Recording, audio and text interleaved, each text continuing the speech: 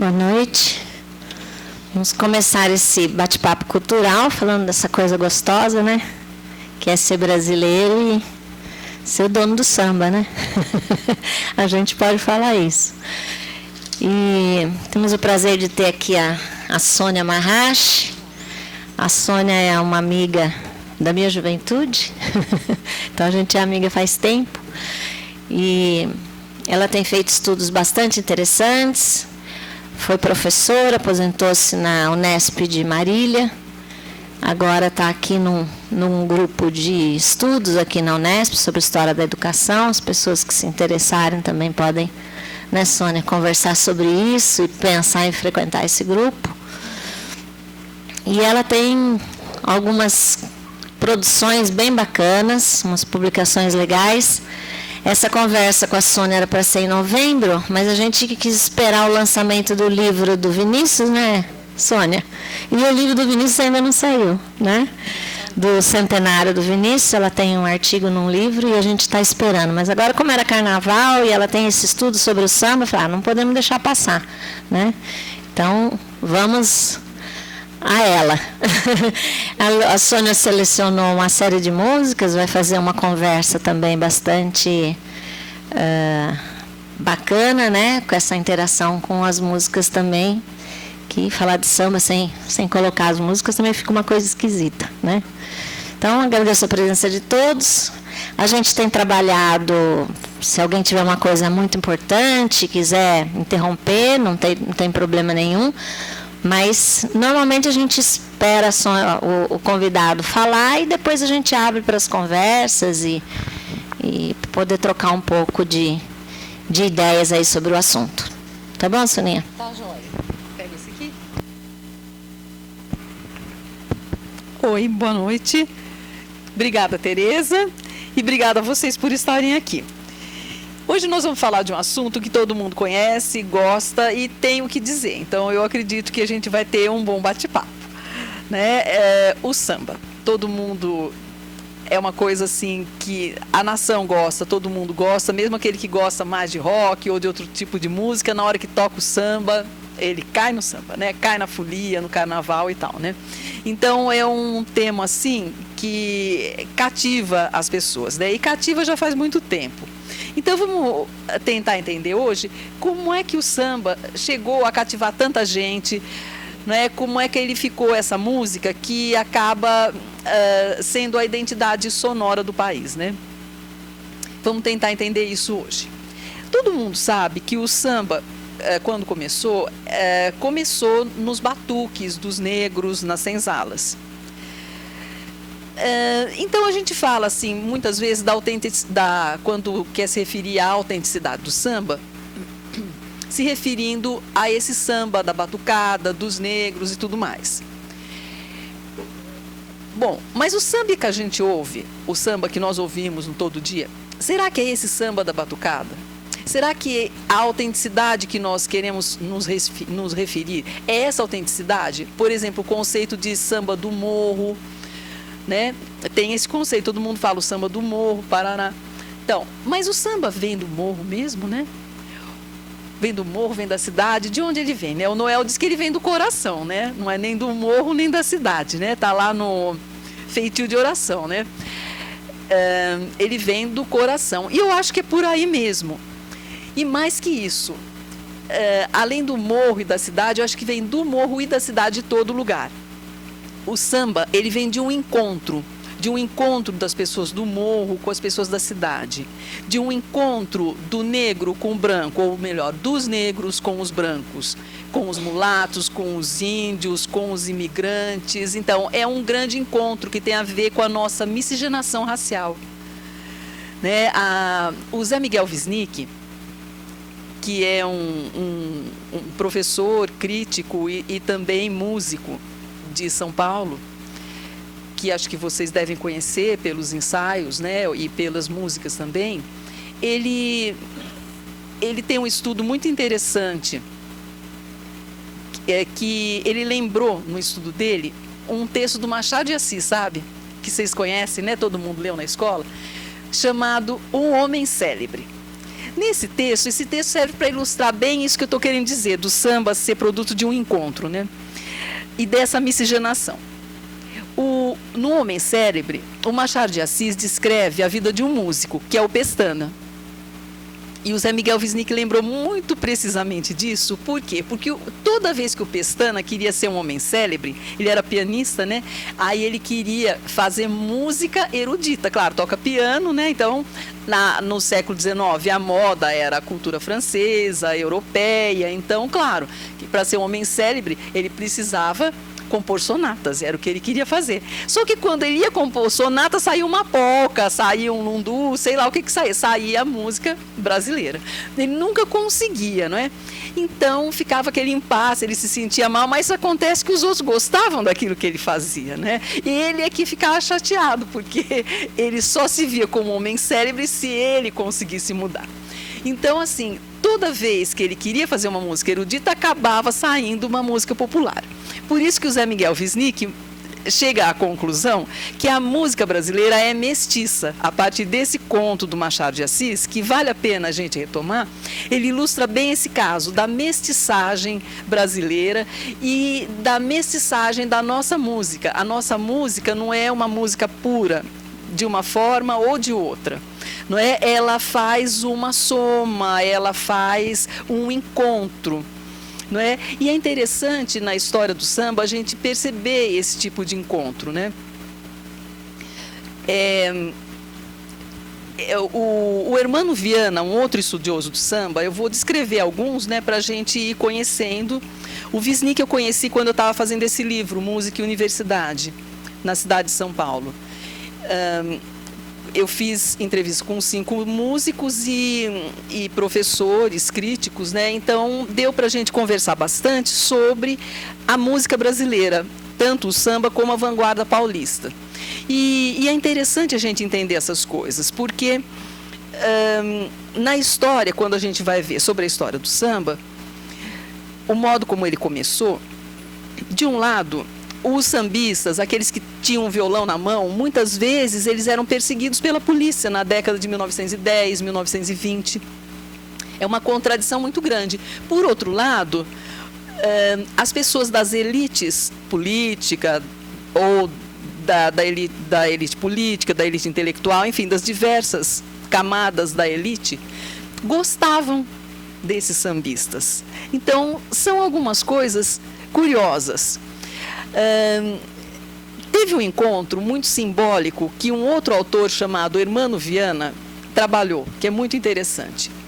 Em 1922, quando os músicos que estavam com violão na mão ou com pandeiro na mão eram perseguidos pela polícia, 2 autores das classes consideradas aristocráticas, classes altas e intelectualmente muito competentes, o Gilberto Freire e o Sérgio Buarque de Holanda, foram ao encontro de 2 negros que se reuniam na casa da tia Ciata e que eram músicos, o Donga e o Pixinguinha, autor do conhecido primeiro samba nacional. Isso foi no ano de 1922, é uma coisa assim muito emblemática, porque é o ano chave para o movimento modernista brasileiro, que é uma época em que se rompe com aquele tabu de que o povo estava lá longe, que tinha que ficar separado das elites ou das classes médias, né? Agora, isso não aconteceu assim do dia para a noite. Não por acaso, esses 2 intelectuais que foram ao encontro dos 2 sambistas eram pessoas que estavam mudando o modo de pensar o Brasil. O Gilberto Freire com Casa Grande e Senzala, o Sérgio Buarque de Holanda com Raízes do Brasil. Não é? Histórias que levam em consideração o povo, a sociologia, a nova antropologia, né? Então, isso vem de um processo longo de modernidade brasileira, que o Antônio Cândido explica muito bem no livro Educação pela Noite. Não sei se alguém já teve oportunidade de ler. É um livro que vale a pena. Ele explica esse processo muito bem. E eu vou tentar colocar algumas ideias, né, dele assim.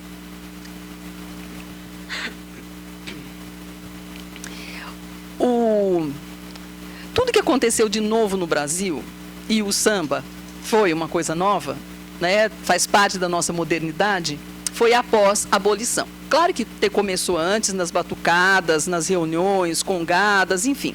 Isso vem, acho que desde que a gente conhece a história do Brasil, né? Desde o século XVI você já tem esses elementos.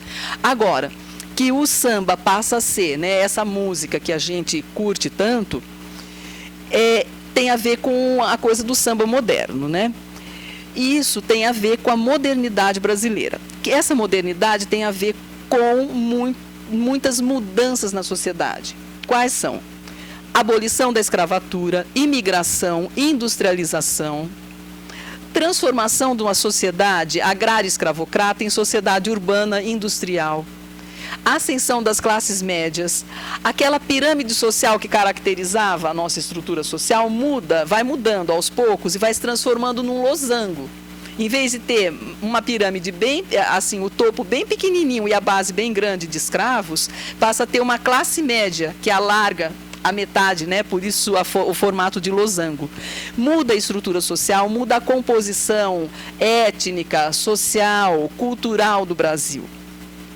As cidades começam a surgir, cidades mais cosmopolitas como São Paulo e outras não tão cosmopolitas, mas também nas cidades lugares de encontro das pessoas, né? E no Rio de Janeiro tinha aquelas casas das chamadas tias baianas, né? São mulheres que vieram da Bahia, foram da Bahia para o Rio de Janeiro, lá ficaram morando, ou tinham filho, sambista, músico, coisa assim, e aí alugavam a casa assim, com cômodos, né? Para músicos, amigos do filho, aquela coisa toda, e depois faziam as festas, né? Uma das mais famosas foi a casa da tia Ciata. Casa da tia Ciata, na Praça 11. E nessa casa, era uma casa assim de cômodos, com, assim, a frente era pequena e é uma casa de fundos, né, vamos dizer assim. Então, era interessante a geografia das músicas, né? Na frente ficava o pessoal do chorinho, que o chorinho já era, na época, uma música assimilada, né? Bem assimilada, bem considerada. Ela já não é, o pessoal do choro não era mais perseguido pela polícia, então ficava na sala. Nos quartos ficavam os sambistas, que tinham que ficar escondido, né? No terreiro o pessoal da macumba, candomblé, e vai assim, aí ficava bem longe, né? E para ficar escondidinho. E então era assim, mas o chorinho também já tinha o Rui Barbosa, por exemplo, 1910, não me lembro, dizia que o modo de dançar o chorinho, o corta-jaca, o machixe era uma coisa indecorosa. Então é sempre assim, quando aparece uma coisa nova, todo mundo acha indecoroso. Hoje é como música funk, não é? A gente não pensa assim? É sempre assim, né? Então, depois vai assimilando. E o samba, quando nasceu, também era perseguido e depois foi sendo assimilado. E além desse processo, né, desse encontro nessa casa da tia Ciata, então reunia o pessoal do choro, reunia o pessoal do samba, reunia a intelectualidade, todo mundo aparecia lá. E dessa reunião é que as coisas iam acontecendo. Aí é que sai o encontro Dong, o Pixinguinha, e sai o primeiro samba pelo telefone, que a gente poderia ouvir, né? Vamos? Acho que todo mundo conhece? Ouve um pouquinho. O chefe da polícia pelo telefone mandou me avisar que na Carioca tem uma roleta para se jogar. O chefe da polícia pelo telefone mandou me avisar. Alô? Que na Carioca tem uma roleta para se jogar. E aí? Ai, ai, ai, deixa as malas para trás, ô rapaz. Ai, ai, ai, fica triste, sai capaz de liberar. Ai, ai, ai, deixa as mágoas para trás, ô rapaz. Ai, ai, ai, porque este samba é de arrepiar. Foi perna bamba que faz gozar.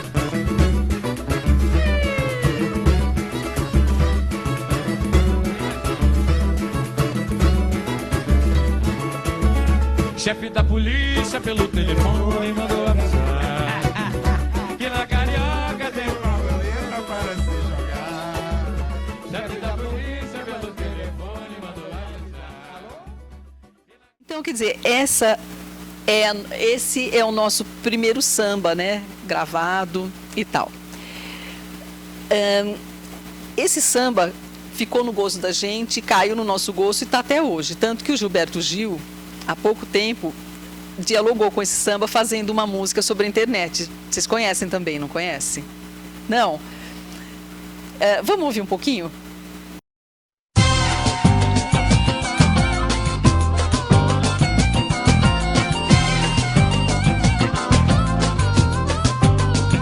Criar meu website, fazer minha homepage. Com quantos gigabytes se faz uma jangada, um barco que veleje? Criar meu website, fazer minha homepage. Com quantos gigabytes se faz uma jangada, um barco que veleje? Que veleje nesse infomar, que aproveite a vazante da Infomaré, que leve o muriqui do meu velho orixá ao porto de um disquete de um micro em Taipé. Um barco que veleje nesse infomar, que aproveite a vazante da Infomaré, que leve meu e-mail lá até Calcutá, depois de um hot link num site de Helsinki para abastecer.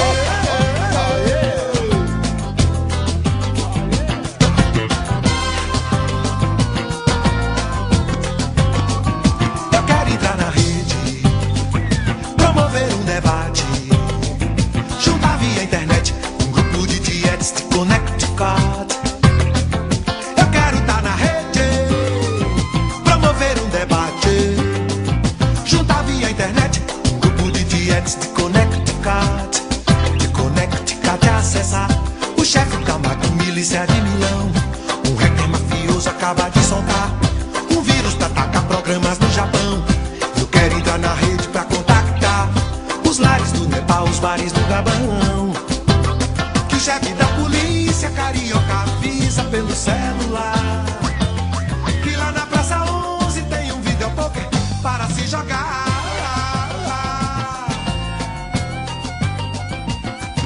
Jogar. Jogar.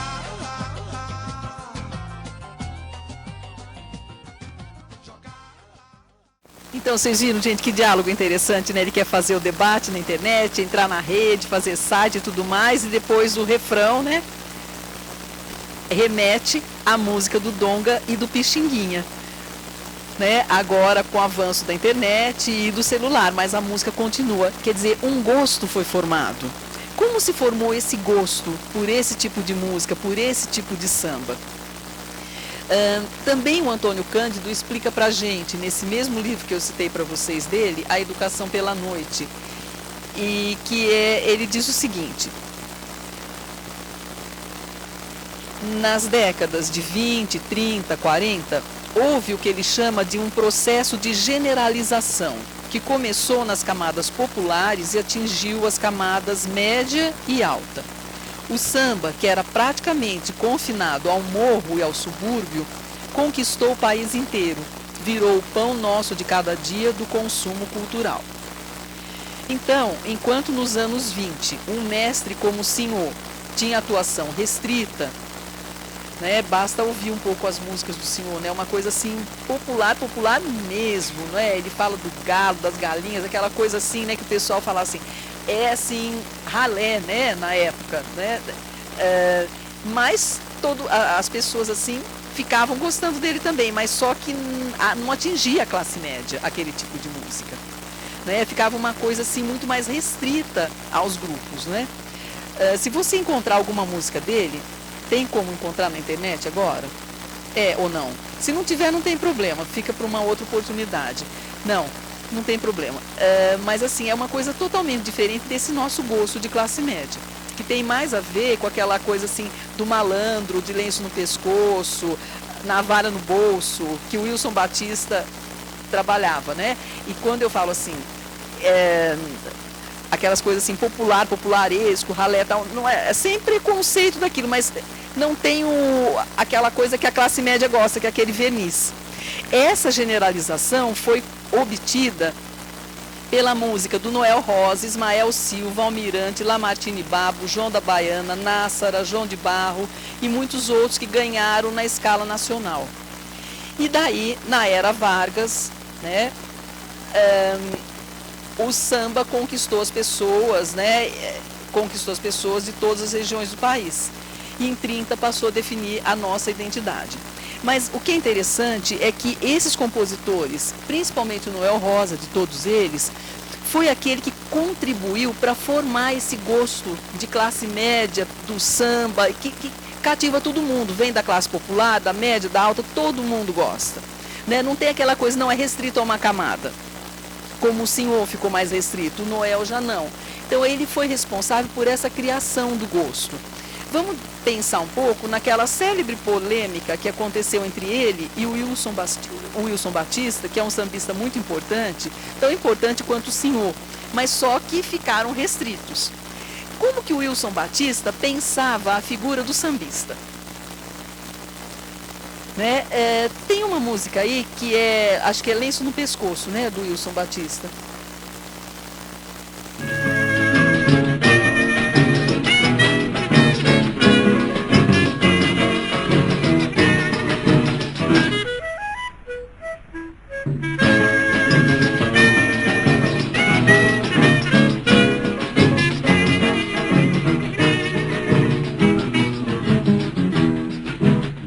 Chapéu do lado, tamanco arrastando, lenço no pescoço, navalha no bolso. Eu passo gingando, provoco e desafio. Eu tenho orgulho em ser tão vadio. Meu chapéu do lado, tamanco arrastando, lenço no pescoço, navalha no bolso. Eu passo gingando, provoco e desafio. Eu tenho orgulho em ser tão vadio. Sei que eles falam deste meu proceder. Eu vejo quem trabalha andar no miserê. Eu sou vadio porque tive inclinação. Eu me lembro, era criança, tirava samba canção. Comigo não, eu quero ver quem tem razão. Ai, meu chapéu do lado, tamanco arrastando, lenço no pescoço, navalha no bolso. Eu passo gingando, provoco e desafio. Eu tenho orgulho em ser tão vadio.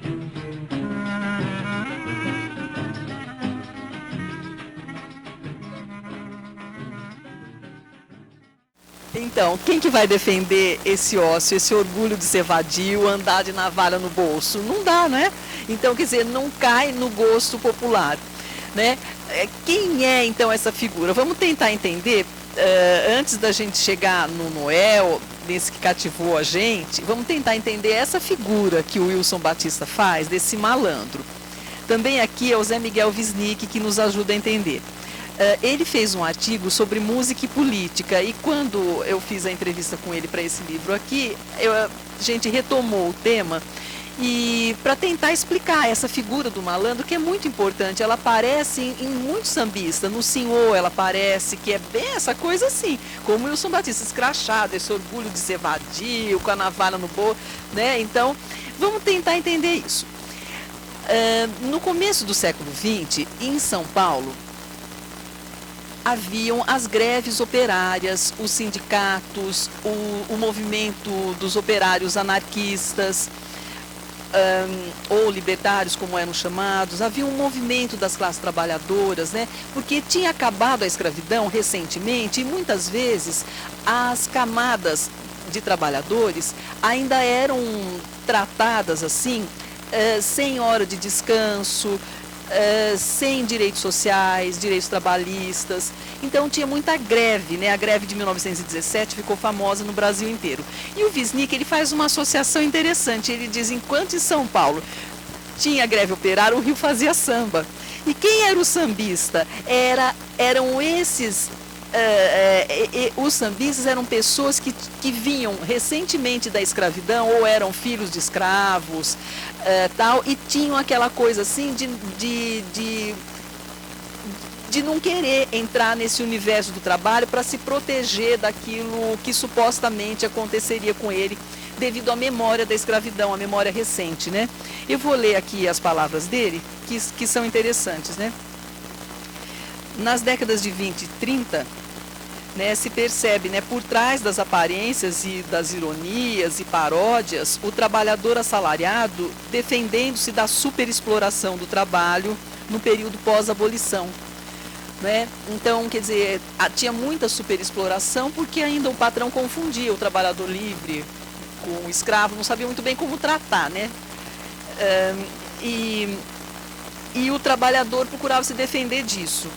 Então, naquela época, a cidadania era precária, por isso que ele faz aquela comparação. Enquanto São Paulo produzia greves anarquistas, o Rio produzia samba como expressão de grupos sociais marginalizados, que tomavam o espaço da cidade na festa carnavalesca e que marcavam a sua diferença e o seu desejo de pertinência através da música. Aparentemente, o ethos do samba, nos seus começos, seria algo como um anti-ethos. Claro, né, o anti-ethos, porque na malandragem há uma negação da moral do trabalho e da conduta exemplar. O orgulho de ser vadio, do Wilson Batista, corresponde também a uma ética oculta, uma vez que a afirmação do ócio é para o negro a conquista de um intervalo mínimo entre a escravidão e a nova e precária condição de mão de obra desqualificada, porque é isso que acontece, né, com os negros logo após a abolição. Depois vai mudando, né? Depois ele vai se qualificando, a coisa vai mudando, o tratamento vai melhorando, vem a legislação de 30 que protege o trabalhador, né? Mas então, nesse intervalo, então, a figura do malandro está muito presente nesses sambas e muito presente nessa forma da pessoa que tem o violão, mas tem a arma também. Agora, e o Noel Rosa? O Noel Rosa responde a essa música, criada uma polêmica, né, que a gente não sabe até que ponto que foi a polêmica, até que ponto é uma coisa de uma lenda, né? Mas o fato é que ela rendeu muitos frutos, bons frutos, né?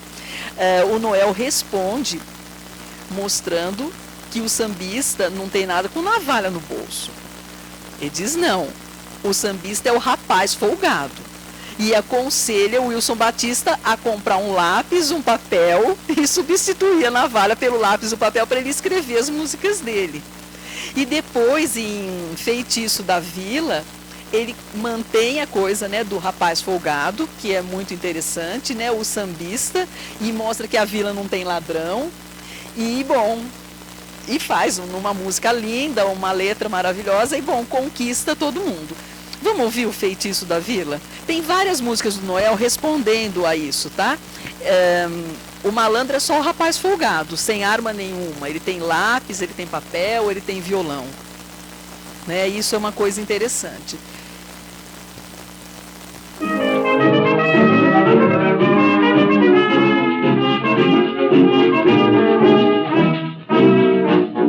Quem nasce lá na vila nem sequer vacila ao abraçar o samba, que faz dançar os galos do arvoredo e faz a lua nascer mais cedo.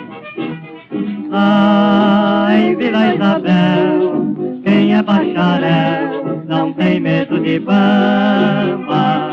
São Paulo dá café, Minas dá leite de Avila, Isabel dá samba. A vila tem um feitiço sem farofa, sem vela e sem vintém, que nos faz bem.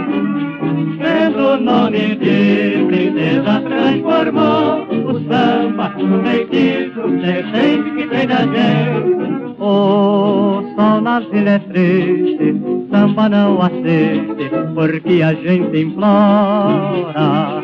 Sol, pelo amor de Deus, não vem agora que as morenas vão logo embora. Eu sei por onde passo, sei tudo que faço, paixão não me adquira. Mas tenho que dizer, modéstia à parte, meus senhores, eu sou da vila. A vila tem um feitiço sem farofa, sem vela e sem tem vintém que nos faz bem. Sendo o nome de princesa, transformou o samba num feitiço decente que prende a gente.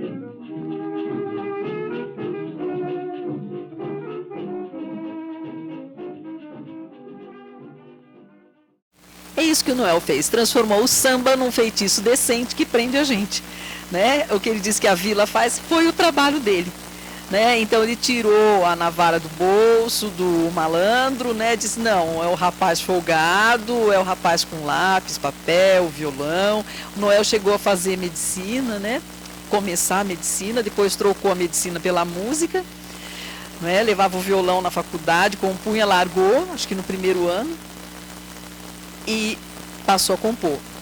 E ia compor coisas que fazem a gente pensar até hoje, que é uma coisa interessante. Tem uma música chamada Filosofia, que ele também responde a essa questão da pobreza, né? Que na época havia muita, vamos dizer, hoje a desigualdade social, e bastante, mas na época havia mais ainda, não é? A estrutura social era mais desigual do que é hoje.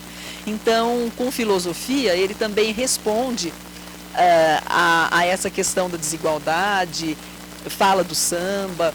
Eu queria que vocês ouvissem um pouquinho, né? E ele tem um humor também, que a gente vai ver no Gago Apaixonado. Não sei se vocês conhecem. Quem conhece essa música? Conhece? Marcela, né? Legal. Vamos ouvir então Filosofia primeiro?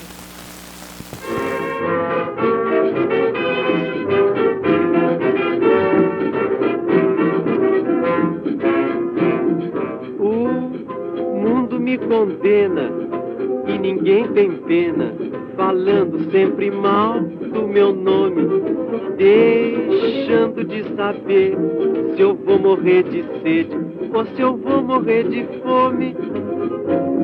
Mas a filosofia hoje me auxilia a viver indiferente assim. Nesta prontidão sem fim, vou fingindo que sou rico pra ninguém zombar de mim. Não me incomodo que você me diga que a sociedade é minha inimiga, pois cantando neste mundo vivo escravo do meu samba, muito embora vagabundo. Quanto a você, da aristocracia, que tem dinheiro, mas não compra alegria, há de viver eternamente sendo escrava dessa gente que cultiva a hipocrisia.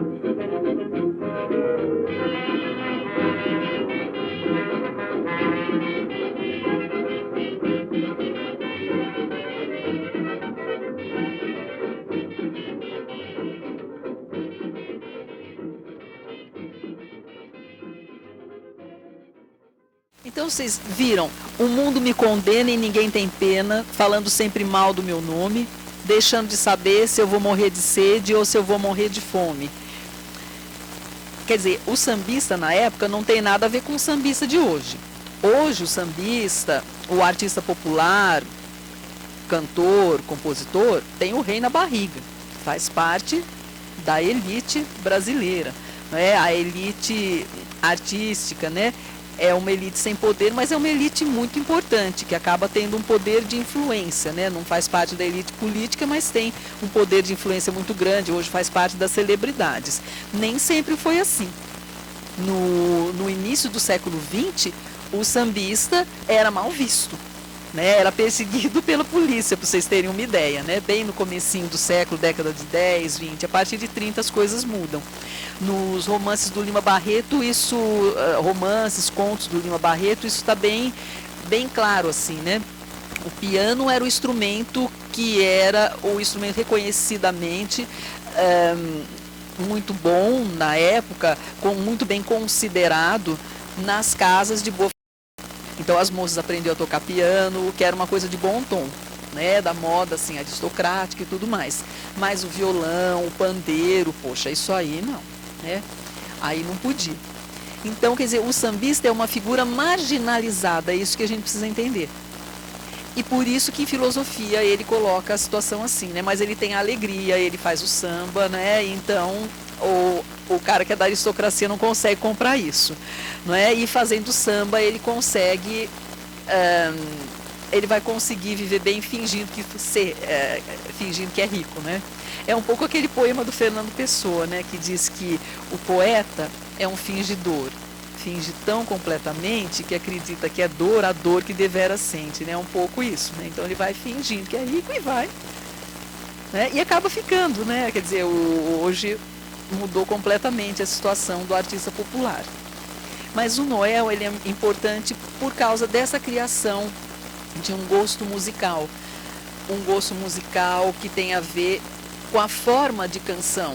A canção é uma música do século XX, né? E o samba, não estou me referindo ao samba-canção, né? Mas assim a forma canção, ou seja, uma peça musical, uma pequena peça musical com letra que traz conteúdos humanos relevantes.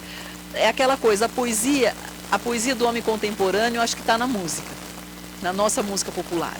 A música que a gente escuta em casa, no carro, na TV, enfim, na internet, né? E a canção é essa pequena peça que consegue dar o seu recado, né? Eu queria ouvir um pouquinho com vocês o Gago Apaixonado, que tem um humor muito peculiar, assim, né? Um humor que a música popular de hoje já está perdendo, que é um humor bem popular e muito, assim, engraçado, né? Não sei se vocês conhecem. Vamos ouvir pelo menos um pouquinho?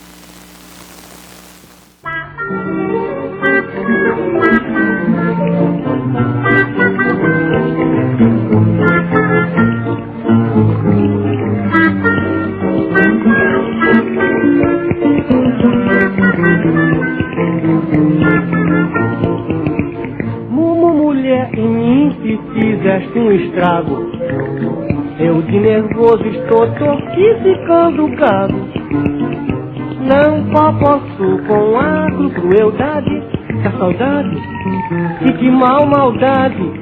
E vivo sem afago, sem ter pena desse moribundo que já virou vagabundo. Só porque sou sofrido. Tu tens um coração que se fingir.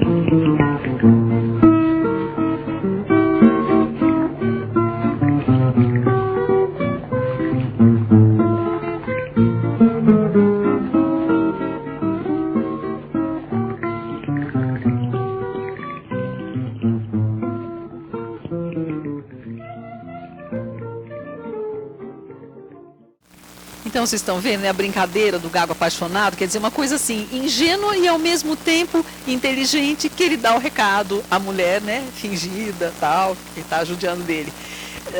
É uma coisa que quase a gente não tem mais, mas tem... é interessante que o Noel, apesar de... Tem gente que diz, o tempo dele passou, mas só que ele é regravado, né? Todo mundo regravou Noel. Vinícius, Tom Jobim, Chico, Caetano, Bethânia, Gal, né? Recentemente, quem está fazendo esse trabalho? A Fernanda Takai está regravando um monte de gente, né? Então, tem outras cantoras também regravando essas músicas. Então, é uma música que não morre mais, né? Se tornou essa música por excelência brasileira, né? Um samba. Outro grande compositor que contribuiu bastante para a definição do nosso samba, principalmente do samba paulista, né, que também caiu no gosto nacional, foi o Adoniran Barbosa, né, com aquele sotaque do pobre, caipira, paulista, aquele sotaque italianado também que ele fazia, né, com os personagens que Oswaldo Molles criava para ele, né, do Charutinho, do Homem das Malocas, né, que foi o maior sucesso, né, a saudosa Maloca, o Trem das 11, Aguenta a Mão João, né, ele descreve as misérias, a pobreza, né, tem aquela Aguenta a Mão João, ele diz, não reclama, a chuva só levou a sua cama, né, quer dizer, poxa, só... Vamos ouvir um pouquinho a Adoniran para a gente entender um pouquinho o samba paulista, né? Que caiu no gosto nacional também e se tornou uma música de sucesso nacional, né? Aguenta a Mão, João. Vamos começar com essa.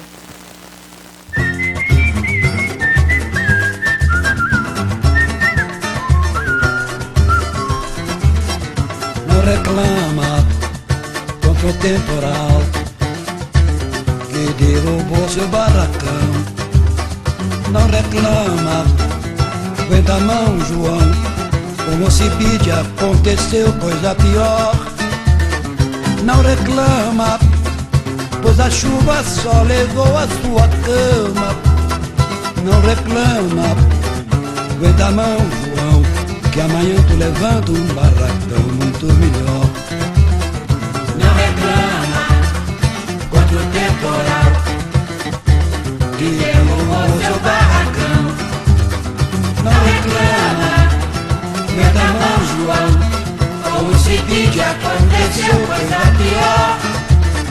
não reclama, Pois a chuva só levou a tua cama.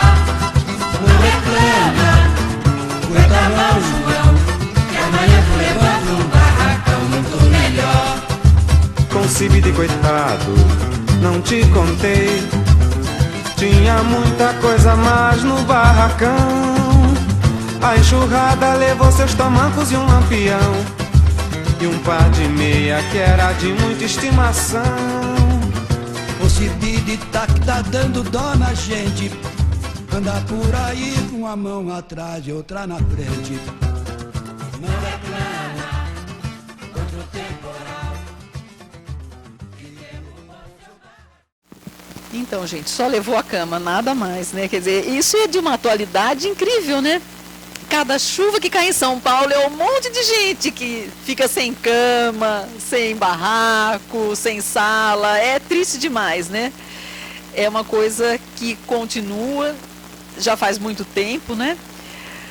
E essa música tem uma atualidade muito grande, né? O trabalho da Adoniran, o Paulo Vanzolini acho que definiu muito bem na entrevista que ele deu. Ele diz: ninguém descreve melhor a periferia de São Paulo do que o Adoniran Barbosa, né? E é verdade, né? Com essas músicas, ele escreveu o tempo dele e continua descrevendo. Ele lembrou daquela música da Inês, eu não sei o título, mas eu coloquei aí: Inês saiu dizendo que ia comprar um pavio para o Lampião.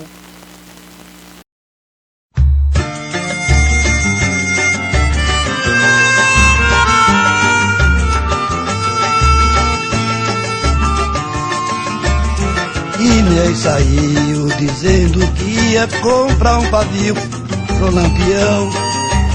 Pode me esperar, mané, eu já volto já. Acendi o fogão, botei água pra esquentar e fui pro portão só pra ver Inês chegar. Anoiteceu e ela não voltou. Fui pra rua feito louco pra saber o que aconteceu. Procurei na central, procurei no hospital e no xadrez. Andei a cidade inteira e não encontrei Inês.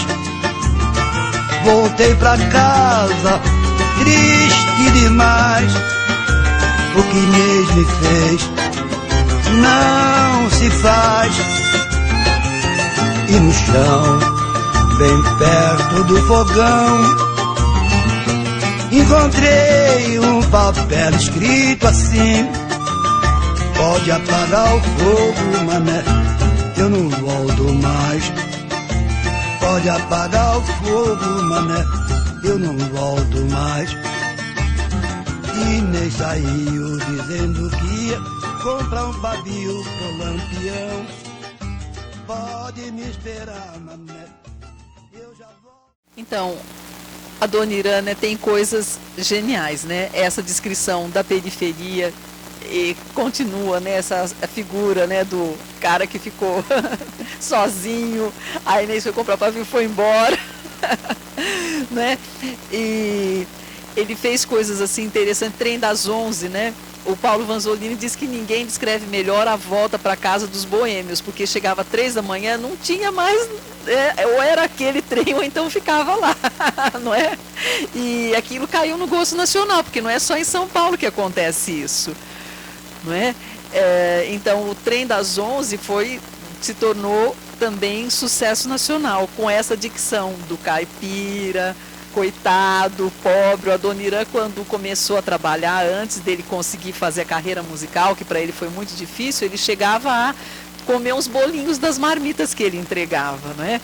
É uma história assim que todo mundo conta, né? E porque ele realmente passava fome, mas ele não tirava todos os bolinhos, só um pouquinho, né? Ele diz, ele deixava alguns para quem tinha comprado. Não é? E esses personagens todos que ele fez foram criados pelo Oswaldo Molles, que era um jornalista e se tornou o criador dos personagens do Adoniran, que ele fazia na Rádio Record, depois em outras rádios e tudo mais. E aí passou para música tal, né? Como a história das malocas. Né? A gente podia ouvir mais uma, né? O trem, o que vocês preferem? Trem das 11, Saudosa Maloca, o que vocês estão com mais vontade de ouvir? Saudosa Maloca? Então vamos lá.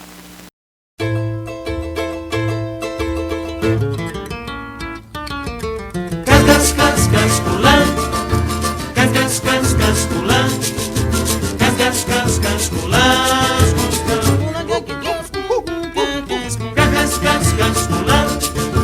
Cas, cas, cas, cas, culante. Cas, cas, cas, cas, culante. Se o senhor não tá lembrado, dá licença de contar que aqui onde agora está esse edifício alto era uma casa velha, um palacete assobradado. Foi aqui, seu moço, que eu, Mato Grosso e o Joca construímos nossa maloca. Mas um dia nós nem pode se lembrar. Veio os homens com as ferramentas, o dono mandou derrubar. Peguemos todas as nossas coisas e fomos pro meio da rua apreciar a demolição. Que tristeza que nós sentia, cada talba que caía doía no coração. Mato Grosso quis gritar, mas em cima eu falei: os homens tá com a razão, mas arranja outro lugar. Só se conformemos quando o Joca falou: Deus dá o frio conforme o cobertor. E hoje nós pega a paia nas gramas do jardim. E pra esquecer nós cantemos assim: saudosa maloca, maloca querida, din, din, onde nós passemos dias felizes de nossa vida. Saudosa maloca, maloca querida, din, din, onde nós passemos dias felizes de nossa vida. Cas, cas, cas, cas, fulana. Cas, cas, cas, cas, fulana. Cas, cas, cas, cas, fulana. Cas, cas, cas, cas, fulana. Cas, cas, cas, cas, fulana. Cas, cas, cas, cas, fulana. Cus, cas, cus, cas, cus, cas, cus, cas, cus, cas, co.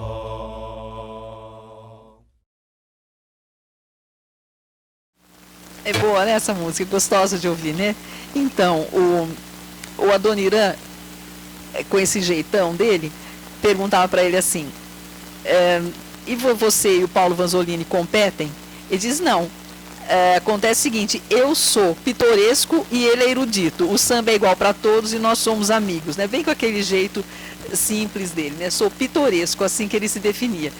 E o Paulo Vanzolini já tem outro estilo completamente diferente, mas os dois se gostavam muito e quase saiu uma parceria. Só não saiu porque o Adoniran fez tudo.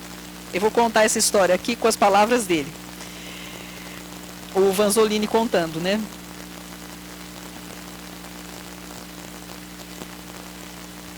Adoniran queria compor com o Vanzolini. Ele faria a música e o Vanzolini a letra.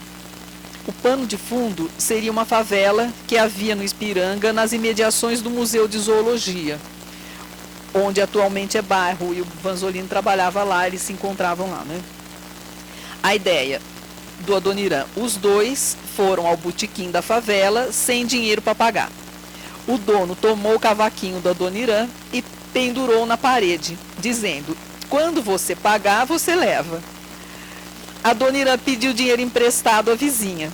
Quando voltou, o cavaquinho riu para ele e disse: eu sabia que você viria me buscar. Daí o Vanzolini disse que teve que recusar o convite porque a música estava pronta, então não deu para fazer a parceria. Né? Quer dizer, os dois são muito diferentes, né? O Paulo Vanzolini faz samba erudito, também é diferente do Noel, também é diferente dos outros, do Wilson Batista. Uma coisa que o Vanzolini disse assim, logo de cara na entrevista: malandro não entra na minha música, não falo de malandro, não quer saber de malandro, né? Então eu fiquei pensando, se ele entrasse naquela polêmica, né? Quem é o sambista? O Wilson Batista dizia que era um malandro com navalha no bolso e lenço no pescoço. O Noel dizia que é o rapaz folgado da Vila Isabel. Né? E o Vanzolini? O Vanzolini, o sambista para ele, é aquele que faz o samba erudito. Né? Vamos ouvir um pouco essa música? Não sei se vocês conhecem, né? Não sei se é todo mundo que conhece, ele já não é tão conhecido assim, né? Ele tem um público mais ligado à universidade, mas eu acho que todo mundo aqui também vem da universidade. Vamos ouvir um pouquinho?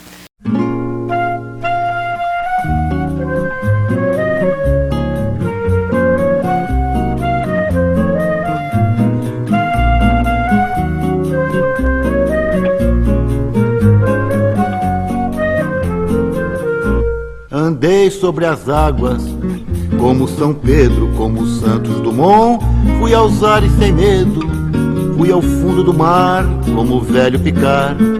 Só pra me exibir, só pra te impressionar. Fiz uma poesia como Olavo Bilac. Soltei Filipeta pra te dar um Cadillac. Mas você nem ligou para tanta proeza. Põe um preço tão alto na sua beleza. E então, como Churchill, eu tentei outra vez.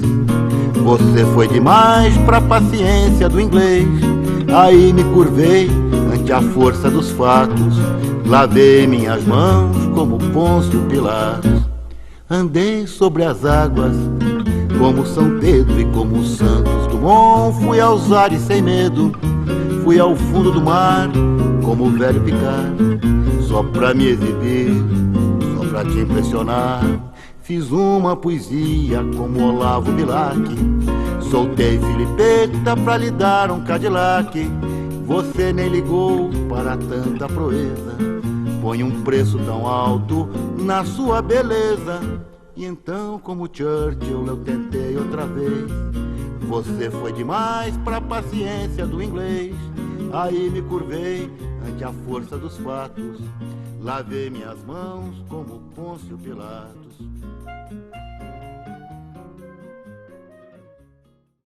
Vocês repararam, né? Nas referências à cultura erudita, né?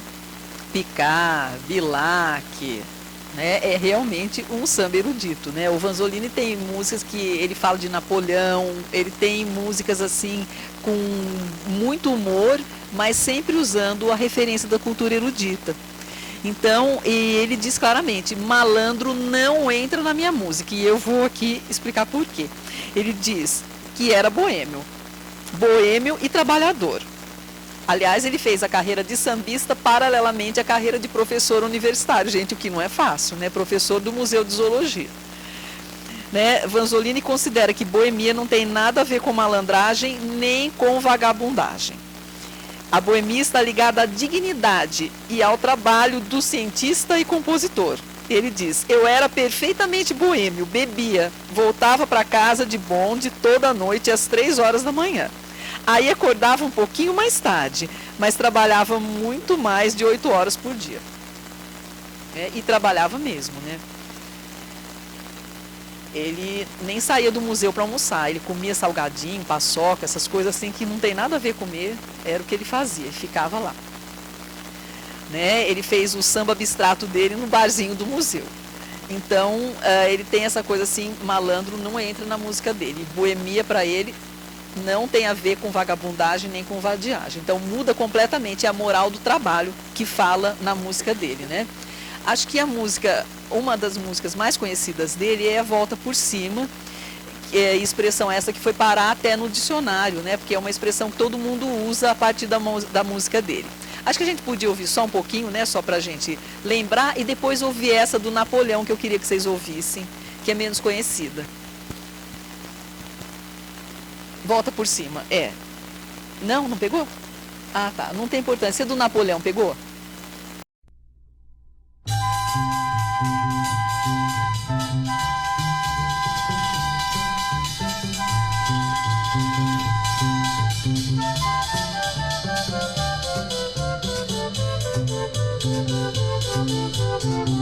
Pondo a modéstia de parte, é Napoleão Bonaparte e eu, que sabemos na verdade o quanto dói uma saudade.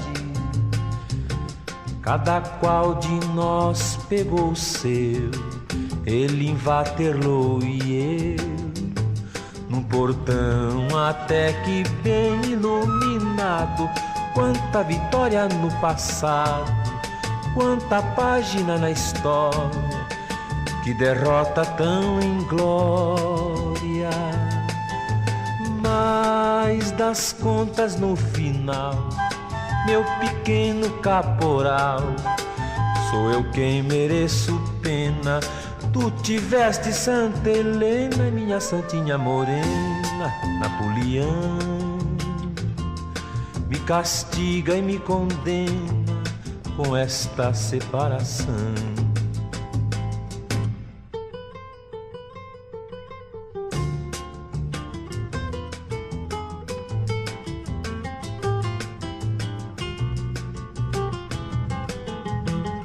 Pondo a modéstia de parte, é Napoleão Bonaparte e eu, que sabemos na verdade o quanto dói uma saudade. Cada qual de nós pegou o seu, ele em Waterloo e eu num portão até que bem iluminado. Quanta vitória no passado, quanta página na história, que derrota tão inglória. Mas das contas no final, meu pequeno caporal, sou eu quem mereço pena. Tu tiveste Santa Helena e minha santinha. Vocês viram então, quando a modéstia vai dar uma voltinha, né? Ele se compara com Napoleão Bonaparte. Então parece que ele é muito importante. Mas onde ele se compara? Por onde ele faz a comparação? Na derrota. O Napoleão em Waterloo e ele num portão da namorada, né? Então é uma brincadeira, aquela coisa que se chama a carnavalização da cultura. Então o Napoleão, aquele herói que está lá em cima, não é? E ele se aproxima daquele herói, mas depois ele vai fazer a comparação, né, com aquele espírito esportivo do cara bem humorado. Ele inverte as hierarquias, quer dizer, ele dá a impressão de ser o Napoleão para depois falar da derrota dos dois, não é? Então, quer dizer, ele usa a referência da cultura erudita, mas para brincar, para trabalhar o humor, né? Para a gente brincar com a derrota. Porque quando a gente perde, né, é melhor a gente brincar do que ficar chateado, né? Então, e na brincadeira, o trabalho do humor é fazer o quê? É fazer com que as coisas que aconteceram com você, que parecem tão grandes e deixam a gente tão mal, fiquem pequenininhas e para o eu da gente engrandecer, né? Então, por isso que se viram as hierarquias, né? Esse é o trabalho do humor, inverte as hierarquias e aí a gente já fica mais em paz com o mundo, né? Não fica tão mal assim, não é? Depois de ter perdido uma batalha. O Napoleão também perdeu a dele, pronto, tá bom, né? O Paulo Vanzolini tem sambas muito bonitos, muito bons, né? O Volta por Cima, que tá samba triste aí, né? Então vamos ver um pouco samba triste, que ele descreve a madrugada, a noite paulistana, a volta para casa dos boêmios, tal. Vamos ouvir um pouquinho.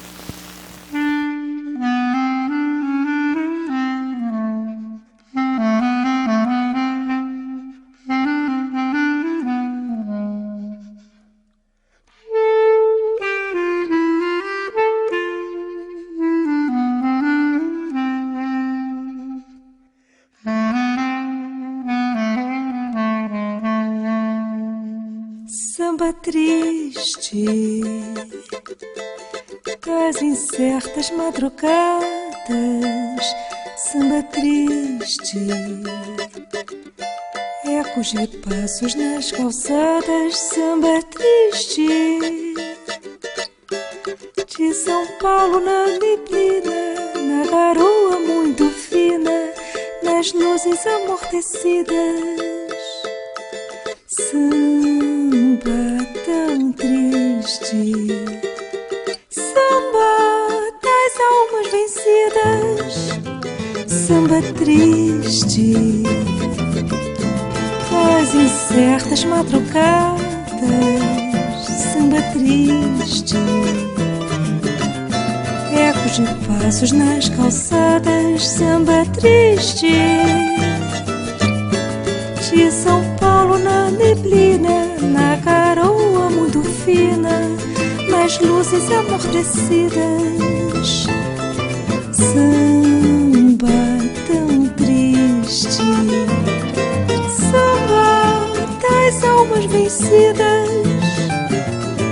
Cada boêmio que passa na rua é sapo a sonhar com a lua, cada mulher mariposa de asas queimadas.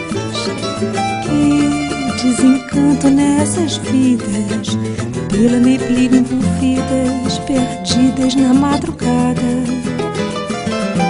Que desalento em meu olhar, que tristeza em meu pisar, ecoando sozinho na calçada, samba triste, das incertas madrugadas, samba triste, ecos de passos nas calçadas, samba triste, de São Paulo na neblina, na garoa muito fina, nas luzes amortecidas, samba tão triste, samba das almas vencidas. Cada boêmio que passa na rua é sapo a sonhar com a lua, cada mulher mariposa de asas queimadas. Que desencanto nessas vidas, pela neblina envolvidas, perdidas na madrugada. Que desalento em meu olhar, que tristeza em meu pisar, ecoando sozinho na calçada, ecoando sozinho na calçada.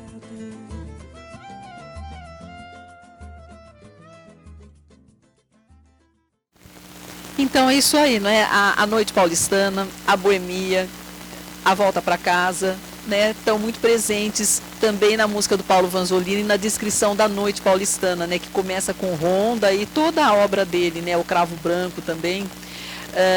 O que eu queria dizer para vocês é o seguinte, naquilo que a gente começou a conversar, a formação do gosto, todos esses compositores contribuíram para formar esse nosso gosto pelo samba, assim como ele ficou.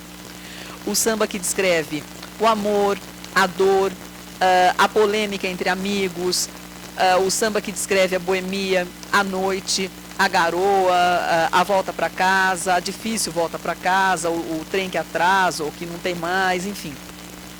Temas urbanos, temas da noite, a malandragem, a boemia, enfim, muito presentes. Na época do Getúlio Vargas, uma coisa que ele queria era, assim, fazer um outro projeto de samba. De um lado, ele procurou inovar nos temas das escolas de samba, trazendo temas históricos, nacionais, porque era uma época de desenvolvimento do nacionalismo, né? E isso realmente ajudou a melhorar o trabalho das escolas, a melhorar os desfiles e tudo mais, né? Agora, um outro projeto do Vargas, que foi com a ajuda do Villa-Lobos, era o seguinte, era de pegar mais a influência rural, né? Trabalhar mais o folclore rural e trazer para a música popular. O folclore rural, o coral, ele queria trabalhar mais isso, mas isso realmente não pegou. Tem um outro samba, assim, mais ou menos nesse espírito, como o Isaura, por exemplo, mas o que caiu no gosto popular mesmo foi esse samba, que o Noel fez, o Adoniran, o Vanzolini e outros também fizeram, né? Que falam do amor, que falam das polêmicas entre os amigos, que debatem assuntos cotidianos numa linguagem coloquial, que falam da malandragem, da boemia, que falam da noite, dos amores perdidos, da dor de cotovelo, que brincam com a coisa, né? E falam do próprio samba. Então, esses são os elementos que realmente ficaram, né, na nossa música. Então, acho que agora o que resta é a gente perguntar, afinal de contas, como é que os sambistas conseguiram isso? Como é que eles conseguiram fazer esse tipo de música? Porque antes do samba, o que você tinha na música era algo muito próximo da poesia. E a poesia que existia na época, a poesia tradicional, da métrica tradicional, como, por exemplo, a poesia do Olavo Bilac, que é um grande poeta. Então, a música procurava seguir mais ou menos a linha da poesia, né, da tradição e tal. Uma música que mostra bem como eram as letras de música, era até chamadas de, eu vou fazer a música, você faz a poesia, né? Era chamado assim, né? As pessoas quase não falavam música e letra, não havia o termo ainda canção. Então, num choro, né, do Pixinguinha Rosa, né? Acho que vocês conhecem essa canção, a Marisa Monte gravou recentemente. Não sei se você pegou essa gravação, eu até pedi a gravação mais antiga, né? Acho que é com Orlando Silva, eu acho, de Rosa. Para a gente ver essa letra toda rimada, toda preocupada com a rima. Vamos ouvir um pouquinho para a gente sentir a diferença e aí explicar a linguagem do samba, tá?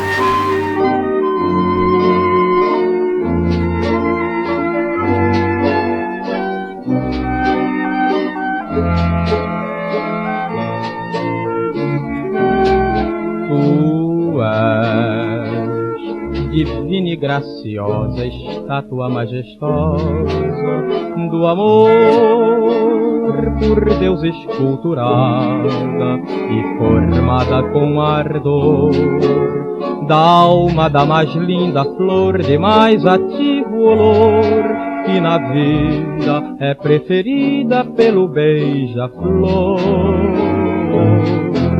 Se Deus me for é tão clemente aqui neste ambiente de luz, formada numa tela deslumbrante e bela, o teu coração junto ao meu lanceado, pregado e crucificado sobre a rósea cruz do arfante peito teu.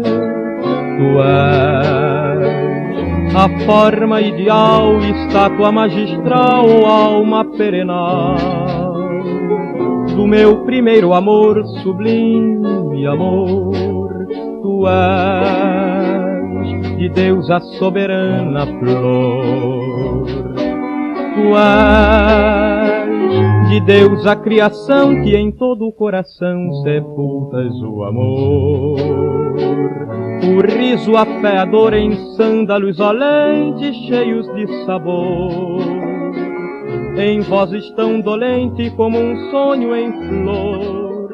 És late estrela, és mãe da realeza, és tudo enfim que tem de belo em todo o resplendor da santa natureza.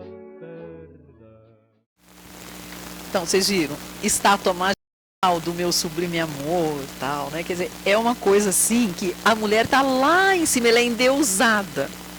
Por outro lado, quando a mulher dessa época não é endeusada, ela tá lá embaixo. Né? Aí ela é chutada. Né? A mulher parece que tá, ou ela é sublime, ou ela é a prostituta. Né? É aquela figura assim.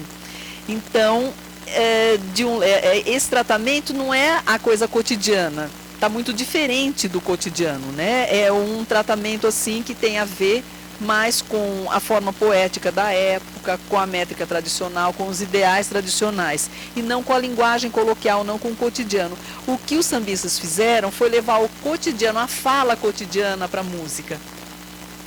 Esse é que foi o grande lance e foi por isso que conquistou todo mundo. Quem explica muito bem isso é o Luiz Tati. O Tati, ele faz parte do 3º capítulo desse livro que eu mencionei para vocês, Música e Universidade.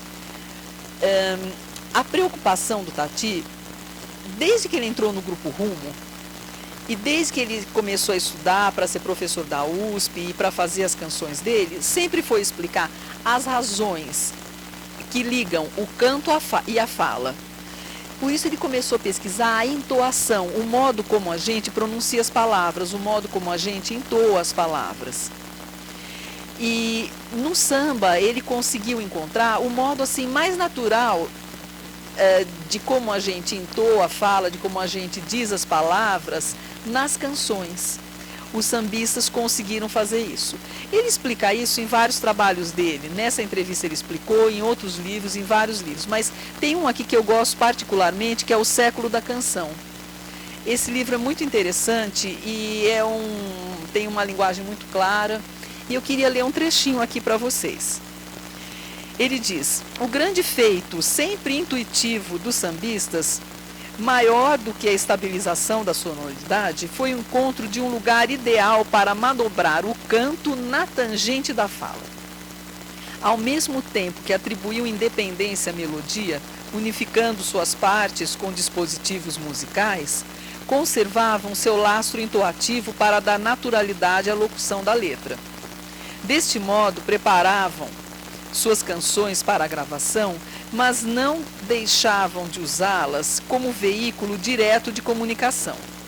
Mandavam recados para amigos e desafetos, criavam polêmicas e desafios, faziam declarações ou reclamações amorosas, introduziam frases do dia a dia, produziam tiradas de humor, dizendo tudo isso de maneira convincente, com inflexões entoativas adequadas e, no entanto, conservando a musicalização necessária à estabilização do canto. A própria existência, desde os primeiros tempos do samba de breque, é bem sintomática, alternando fala e canto na sequência da obra, e nunca a fala é só fala e nem o canto é só canto, denuncia a presença simultânea dos dois elementos nas demais versões do samba. Então é essa oscilação, pegar as coisas da fala. Polêmicas como essa do Wilson Batista e do Noel Rosa. Quem é que é o sambista? Né? Um vai defender o cara com a navalha no bolso, outro diz não, é com o violão na mão, a caneta, o lápis. Né? Na vila não tem ladrão, o feitiço da vila é outro, é o feitiço decente que conquistou. Tal. É uma coisa que pode ser debatida e a música virou um lugar, né, de debate. E foi isso que os sambistas fizeram. Então, debates entre amigos, desafios, declaração de amor e também de desamor. Todos eles têm músicas, né, para os desafetos, né, como a do Gago Apaixonado, como o Vanzolini para um boêmio, um malandro que ele não gostava, não é, que ele coloca lá na música. Essa aqui é para um desafeto. Todos têm música para aqueles que são os desafetos ou que não querem falar, não, o malandro não entra na minha música, o outro diz não, entra, mas entra dessa forma, o outro faz a cantada para a mulher, não é? Então, a linguagem coloquial, a linguagem do cotidiano é que é levada para o samba. E com um gingado, com uma entoação muito próxima da fala que combina perfeitamente com a música e dá o seu recado. Tá? Essa é a forma da canção moderna, essa é a forma, né, que o samba adquiriu e foi isso que fez com que ele conquistasse, né, os nossos corações, né? Trazendo uma temática e trazendo uma linguagem que faz parte do cotidiano e uma melodia, né, alegre que dá, né, para as pessoas cantarem com facilidade, tocarem com facilidade e também dançarem, percorrendo as avenidas no carnaval. Então a primeira batida, aquela tal, aquilo foi mudado para uma batida melhor, que permite com que as pessoas desfilem, uma batida mais elaborada, melodias, letras mais elaboradas, enredos que contam a história de uma escola, que contam a história de um compositor. Então, né, tem muitas mudanças, né, no samba, mas sempre dentro dessa forma de canção que traz o cotidiano para a música, numa linguagem simples, coloquial, que todos podem falar, que é difícil de memorizar, mas quando chegou o gramofone, depois as diversas tecnologias, né, o disco, e bom, hoje tem milhares, né, tem muitas, mas quer dizer, foram fixando. Antes, você pode ver Feitiço da Vila do Noel, tem várias letras, porque as pessoas não tinha gravação logo que fazia, né? Então, quer dizer, a pessoa faz, depois um lembra, outro não lembra, um lembra assim, outro pega, acrescenta uma frase. Então, em cada lugar que você vê a música, tem uma frase diferente, tem uma letra a mais, tal, né? Hoje já não tem isso, porque fez, gravou, acabou, né? Na época não era assim. Mas então, conforme alguém fazia um comentário, acrescentava-se ou tirava-se uma parte. Então, a música fazia parte de um debate entre as pessoas. E é isso, essa linguagem coloquial, que acabou se tornando o grande feito dos sambistas e que caiu no nosso gosto, moldando o nosso modo de pensar o samba. Acho que hoje o samba faz parte da nossa realidade de tal maneira que quando a gente tá mal, né, assim, tá na fossa, a gente vai pegar um sambinha ali para ouvir, né, quando parece que a gente entra numa outra realidade, conforme a Maria Rita Kel, né, o samba traz uma segunda cidadania para a gente. Quando a nossa precária cidadania empaca, tá ruim, tem problemas, a gente vai para o país da segunda cidadania. Né? Nesse país da segunda cidadania, a gente encontra o consolo e os problemas da gente resolvidos de uma outra maneira. Né? A Maria Rita Kel diz isso se referindo às canções do Chico Buarque, né? As diversas canções que ele fez. E eu gostaria de lembrar aqui duas, né, que ajudam a gente a explicar um pouco do Brasil. Né, o Zé Miguel Wisnik trabalha nessa linha também de explicação do Brasil. Ele lê esses explicadores do Brasil que a gente também lê, né, o Caio Prado, o Sérgio Buarque, o Gilberto Freire, mas ele diz, não são só esses que explicam, as canções também explicam. Você pega o Carioca do Chico Buarque, essa canção chamada Carioca, tem uma visão positiva, né, das cidades hoje em dia, apesar de todos os problemas das cidades, que são mencionados na música, mas são mencionados com uma visão muito positiva. Por outro lado, Estação Derradeira dele também é uma outra visão bem mais crítica da cidade, né? E então, nesse país da nossa segunda cidadania, a canção também serve para explicar claramente, em poucas palavras, aquilo que os livros dizem em muitas palavras, né? Quer dizer, a canção é a nossa poesia, ela continua dizendo, explicando coisas. Vamos ouvir um pouquinho dessas duas músicas, né? Acho que Carioca primeiro, né?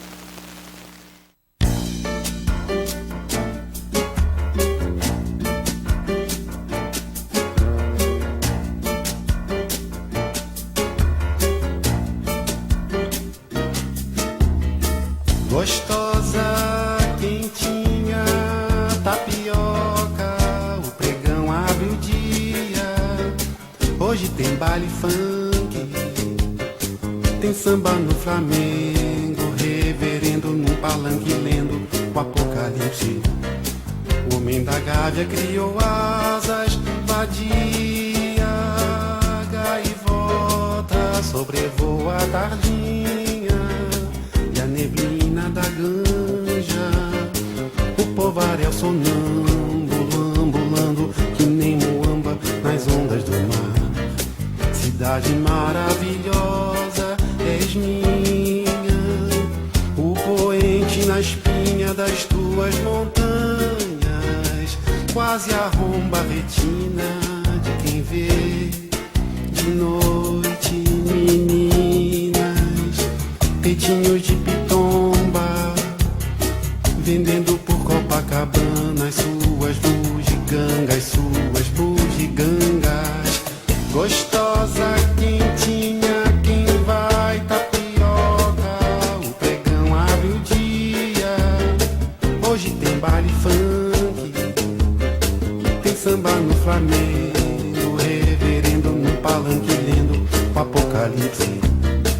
Homem da Gávea criou asas, vadia, gaivota, sobrevoa a tardinha e a neblina da ganja.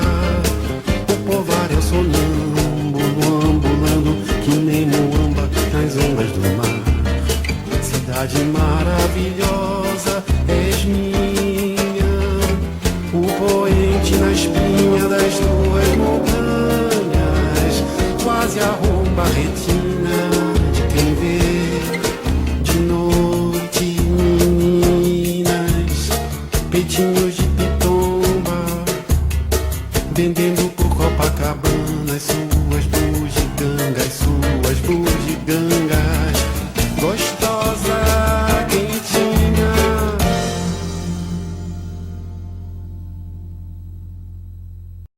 Tem gente que diz que o Chico só fez música na época da ditadura, né? A ditadura acabou faz tempo, ele continua fazendo cada coisa tão interessante, né? Eu não sei se tem descrição melhor, né, da cidade do Rio de Janeiro do que essa que ele faz nessas músicas dele, né? Carioca e Estação Derradeira, com cidadãos inteiramente loucos, com carradas de razão, com ladrão, carreiras de paixão danada. É complicado, né? Quer dizer, todos os problemas da cidade já aparecem nessa música, né? Então, o próprio compositor, mesmo, até o próprio Chico, tem duas visões diferentes, né? Uma mais crítica, mais negativa, um pouco mais negativista, né? Como essa, né? E a outra, uma visão mais positiva, mais alegre, da mesma cidade, né? Que tem todas essas facetas, né? Do reverendo lendo Apocalipse, baile funk, né? E todos esses problemas que ele acaba de mencionar nessa música.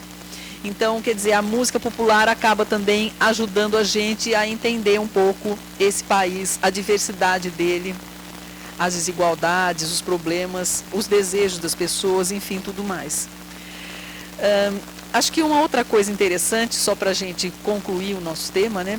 Nesse país da música popular, as coisas mudam bastante, né?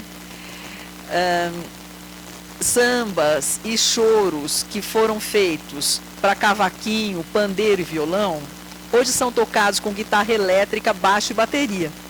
E tem gente que diz, mas espera, como pode, né? Mas não dá para a gente ser purista, né, no campo da música, é muito difícil. Desde o tropicalismo, né, a guitarra elétrica entrou na nossa música popular para ficar. Claro que cada um tem as suas preferências, eu mesmo prefiro o violão à guitarra, mas ela está aí e deixa as músicas bonitas, né? Então eu peguei um chorinho, o brasileirinho, que é um choro do Valdir Azevedo, né, que foi gravado por muita gente, inclusive pela Elza Soares, né, junto com a Baby Consuelo. E aí tem uma gravação da Baby Consuelo com os músicos dela, com a banda dela, muito interessante, onde ela canta esse chorinho, que é feito para cavaquinho, pandeiro e violão, com guitarra, baixo e bateria. E eu gostaria de colocar assim, que ficou uma coisa interessante até para a gente pegar esse tema também, porque em termos musicais, tanto o chorinho como o samba, a canção brasileira, tem uma linguagem universal, né? Porque não é só uma música nacional, a música brasileira é uma das melhores do mundo, né? Ela é tocada em diversos países, nos Estados Unidos, ela é muito tocada, muito conhecida, né? Desde o trabalho do Tom Jobim, enfim. E todas essas músicas foram ganhando uma nova feição, né? Com a incorporação de novos instrumentos, devido à influência do jazz e da música americana também no Brasil. Então, quer dizer, há um diálogo entre as músicas de diversos países, entre as músicas de diversas culturas, e com isso os instrumentos musicais também se modificam no decorrer do tempo. Mas é claro que ainda é um tema polêmico, que foi muito debatido nos anos 60. Então eu queria encerrar minha fala, para depois abrir para a de vocês, é claro, com a Baby Consuelo cantando o Brasileirinho.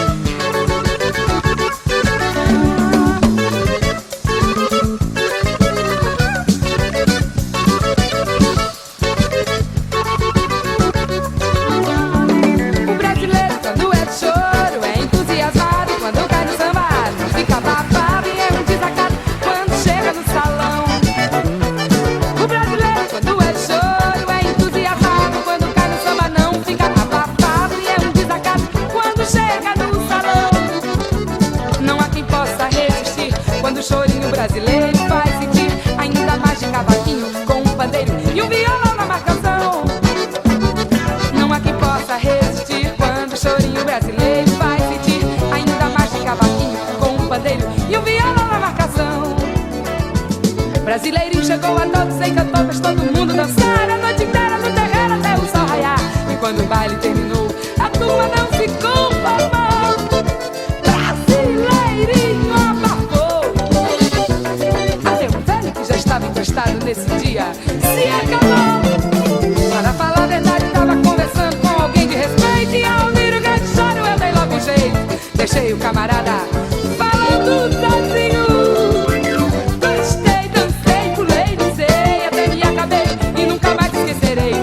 Chorinho brasileirinho, diga aí, moçada.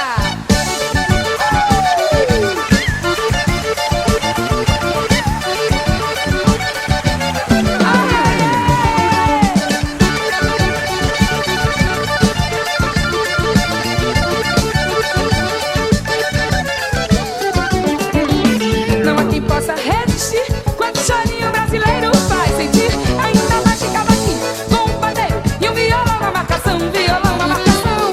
Não há quem possa resistir quando o chorinho brasileiro faz sentir ainda mais de cavaquinho com um pandeiro e um violão na marcação. O brasileiro quando é de choro é entusiasmado quando cai no samba, não fica abafado e é um desacato quando chega no salão. Brasileiro quando é de choro é entusiasmado quando cai no samba, não fica abafado e é um desacato quando chega no salão.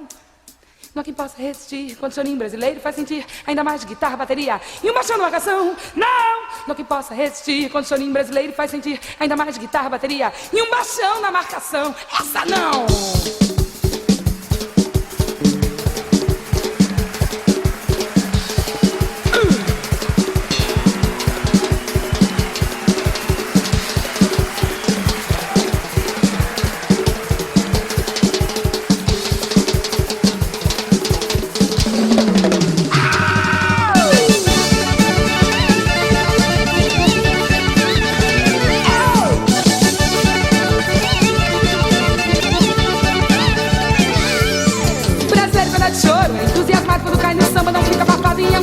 Chega no salão.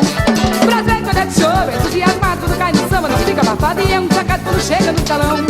Não há quem possa resistir quando o chorinho brasileiro faz sentir ainda mais de guitarra, bateria e um baixão na marcação. Não há quem possa resistir quando o chorinho brasileiro faz sentir ainda mais de guitarra, bateria e um baixão na marcação. Brasileiro chegou, dança, cantou, fez todo mundo dançar, esteira, terreiro, dança, raiar. Quando o baile terminou, a turma não se conformou. Brasileirinho abafou. Até um velho já estava encostado nesse dia se acabou. Para a frase do santo, qualquer de respeito, ouvir grande choro